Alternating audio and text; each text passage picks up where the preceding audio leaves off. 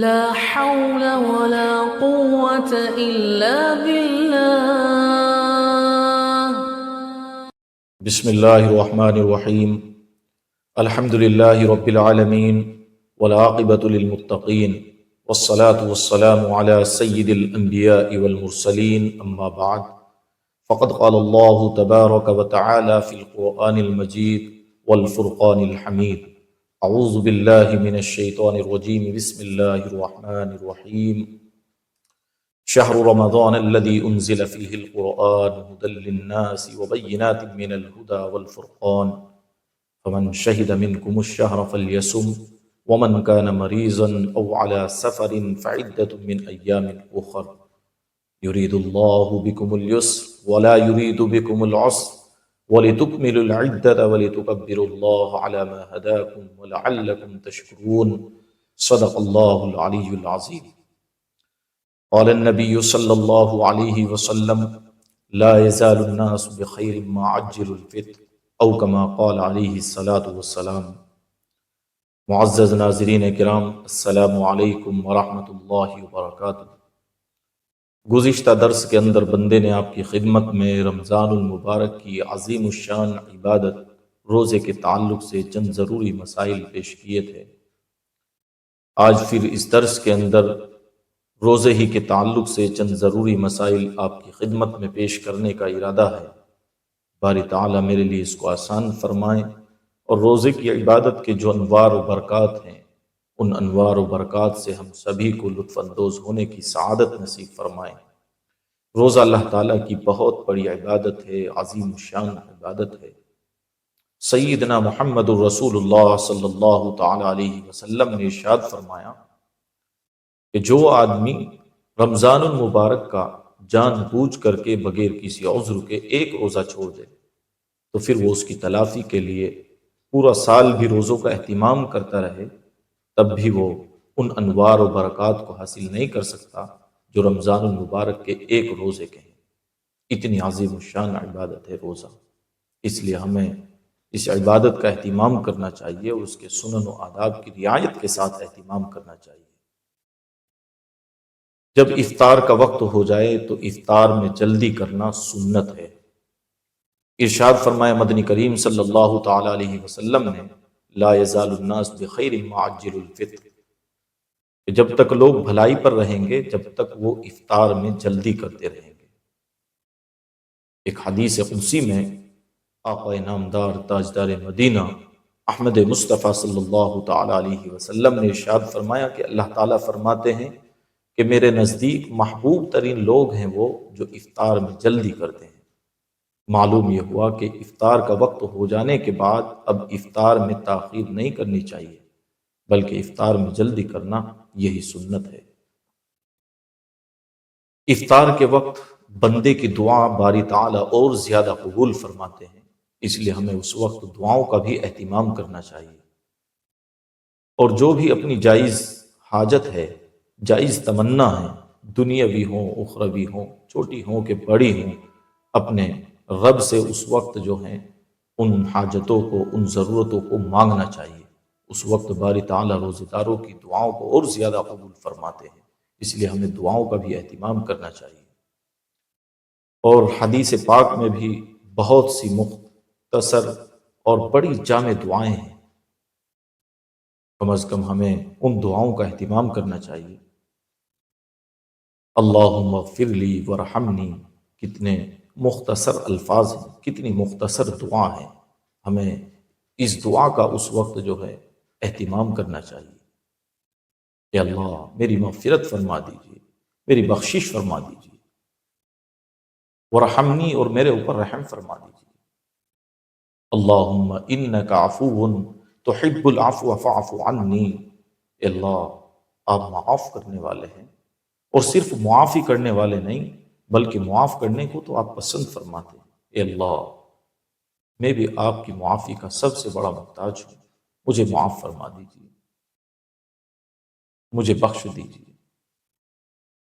کتنی جامع دعا ہے، اس لیے ہمیں ان دعاؤں کا اہتمام کرنا چاہیے، اور جب ہم افطار کریں تو افطار بھی ہم دعا پڑھ کے کریں۔ اللہم لک صمت وعلی رزقک افطرت، اے اللہ میں نے تیرے ہی لیے روزہ رکھا ہے اور تیرے ہی دیے ہوئے رزق سے افطار کر رہا ہوں۔ اور جب ہم افطار کر لیں تو افطار کے بعد بھی ہمیں دعا پڑھنی چاہیے۔ حدیث پاک میں ہے ذہب الظمأ وابتلت العروق وثبت الاجر انشاءاللہ تعالی، پیاس بجھ گئی، رگے تر ہو گئی، اور ثواب انشاءاللہ اس روزے کا اللہ کے یہاں ثابت ہو گیا۔ ان دعاؤں کا اہتمام کر کے ہی ہمیں اپنے روزے کو افطار کرنا چاہیے، اور افطار کے بعد اس دعا کا بھی ہمیں جو اخیر میں ذکر کی اہتمام کرنا چاہیے۔ پھر روزے کو کھجور سے، چھواروں سے، یا پھر کسی اور میٹھی چیز سے، یا پھر پانی سے افطار کرنا زیادہ ثواب ہے۔ اس لیے اگر ہمارے پاس کھجوریں ہیں تو کھجور سے افطار کریں، چھوارے ہیں چھواروں سے افطار کریں، کوئی اور میٹھی چیز ہے ان کے علاوہ اس سے افطار کریں، اور اگر کوئی چیز میسر نہیں ہے تو پانی سے افطار کریں، اور اگر کوئی بھی چیز نہیں ہے تو اللہ کا دیا ہوا رزق جو بھی موجود ہے اس سے افطار کریں، لیکن اول الذکر جو چیزیں ہیں ان سے افطار کرنا افضل ہے، زیادہ ثواب کی بات ہے۔ ان کے علاوہ اگر کسی اور چیز سے افطار کر لیا تو اس کے روزے میں کوئی فرق نہیں آئے گا۔ بس اتنا سمجھ لیجئے کہ اول الذکر چیزوں سے افطار کرنا زیادہ ثواب کی بات ہے۔ کھجور سے افطار کریں، چھواروں سے افطار کریں، کسی اور میٹھی چیز سے افطار کریں، یا پھر پانی سے افطار کریں۔ اگر کوئی بھی چیز موجود نہ ہو تو پھر اللہ کا دیا ہوا رزق جو بھی موجود ہو اس سے افطار کریں۔ لیکن اتنی بات ذہن میں رہیں کہ ہم افطار کا وقت ہو جانے کے بعد افطار کرنے میں جلدی کریں، تاخیر نہ کریں۔ تاخیر کرنا یہ مکروہ ہے۔ روزہ اللہ تعالیٰ کی بہت ہی عظیم الشان عبادت ہے۔ ہر ممکن کوشش کرنی چاہیے کہ روزوں کا ہم اہتمام کریں۔ اس کے باوجود کچھ اعذار اور کچھ مجبوری ایسی ہیں جن کو شریعت نے حقیقتاً مجبوری مانا ہے، اور بندے کو رخصت دی ہے، اس کو اجازت دی ہے، اس کے لیے گنجائش ہے ان اعذار کی وجہ سے کہ بندہ رمضان المبارک کے فی الوقت روزے نہ رکھے اور بعد میں پھر اپنے ان چھوٹے ہوئے روزوں کی قضا کرے۔ مثلا قرآن پاک میں اللہ تعالیٰ نے دو عذر سورہ بقرہ کی آیت نمبر 185 کے اندر بیان فرمائے، فمن شہد منکم الشہر فلیصم ومن کان مریضا او علی سفر فعدۃ من ایام اخر۔ جو آدمی رمضان المبارک کا مہینہ پائے تو اس کو چاہیے کہ وہ روزوں کا اہتمام کرے، اور جو آدمی بیمار ہو یا شرعی سفر پر ہو تو اس کے لیے گنجائش ہے کہ یہ اس وقت افطار کر کے بعد میں اپنے چھوٹے ہوئے روزوں کی قضا کر لے۔ تو ایک عذر ہے کہ آدمی بیمار ہے، بیماری کی حالت میں اس کے لیے روزے کا رکھنا مشکل ہے۔ اگر وہ روزے کا اہتمام کرتا ہے تو اس کی بیماری بڑھ جاتی ہے، یا پھر اس کی بیماری دیر میں ٹھیک ہوتی ہے، تو اس کے لیے گنجائش ہے کہ یہ اس وقت روزے رہنے دے اور بعد میں پھر اپنے چھوٹے ہوئے روزوں کی قضا کر لے۔ اسی طریقے سے آدمی شرعی سفر پر ہے، یعنی 77-78 کلومیٹر کے سفر کے ارادے سے نکلا ہے، اور راستے میں اس کے لیے روزہ رکھنا آسان نہیں ہے، مشکل ہے، روزے کی وجہ سے سفر کی دشواریوں کا سامنا کرنا پڑے گا، تو پھر اس کے لیے بھی گنجائش ہے کہ یہ اس وقت افطار کریں اور بعد میں پھر اپنے چھوٹے ہوئے روزوں کی قضا کر لیں۔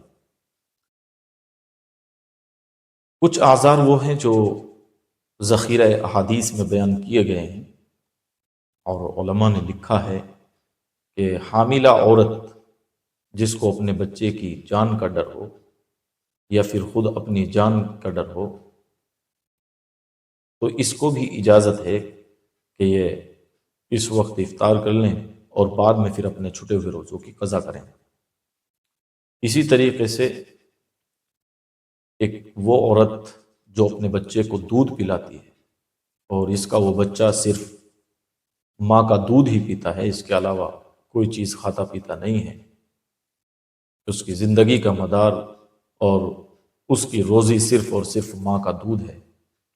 اگر یہ روزہ رکھتی ہے تو پستان کا دودھ جو ہے وہ خشک ہو جاتا ہے، تو ایسی عورت کے لیے بھی گنجائش ہے کہ اس وقت وہ افطار کر کے پھر بعد میں اپنے ان چھوٹے ہوئے روزوں کی قضا کرے۔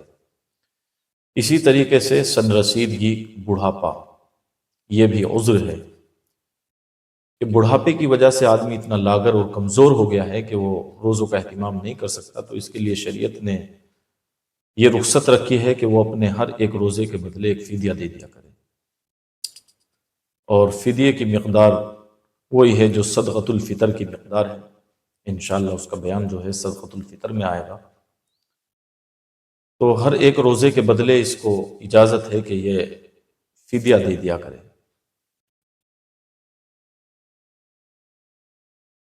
پھر یہ معذورین جو ہیں، جب ان کا عذر جاتا رہے تو پھر ان کو روزوں کی قضا کرنی پڑے گی، اور اگر عذر جانے کے بعد ان کو موقع ہی نہیں ملا کہ وہ روزے کی قضا کریں اور اللہ کو پیارے ہو گئے، انتقال ہو گیا، مثلا ایک آدمی بیمار تھا اور رمضان کے بعد جو ہے، عید کے بعد 5-7 روز جو ہے وہ زندہ رہا، اور اس وقت بھی وہ بیمار ہی رہا، اور پھر اسی بیماری میں اس کا انتقال ہو گیا، تو اس کے اوپر جو ہے ان روزوں کی قضا واجب نہیں ہے اور نہ فدیہ لازم ہے۔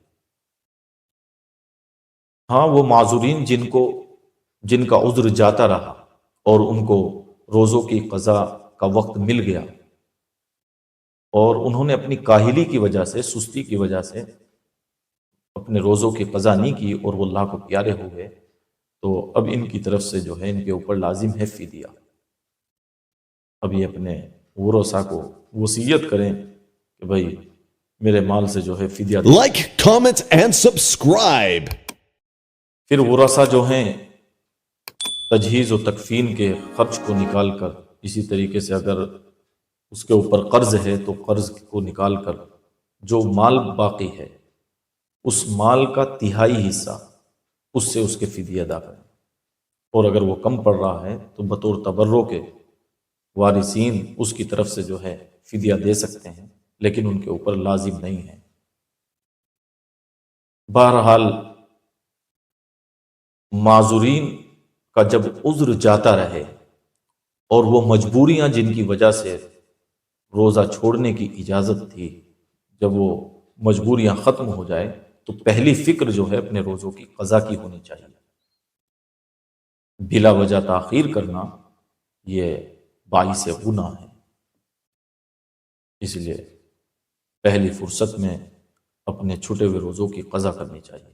پھر ایک مسئلہ آتا ہے، کیا قضا روزوں کو مسلسل رکھنا لازم ہے؟ مثلا ایک آدمی ہے، اس کے رمضان المبارک کے 5 روزے قضا ہو گئے، اب وہ قضا کر رہا ہے عید کے بعد، تو کیا اس کے لیے ضروری ہے کہ 5 روزے وہ مسلسل رکھے؟ تو پھر اس کے لیے مسئلہ یہ ہے کہ قضا روزوں کو مسلسل رکھنا، بغیر ناگا کے رکھنا، یہ لازم نہیں ہے، بلکہ بیچ میں ایک آدھ دن اگر ناگا ہو جائے تب بھی کوئی بات نہیں ہے، لیکن فکر یہی رہنی چاہیے کہ جلدی سے جلدی ہم اپنے روزوں کی قضا کر لیں، اس لیے کہ معلوم نہیں کہ کب جو ہے اس زندگی کی شام ہو جائے۔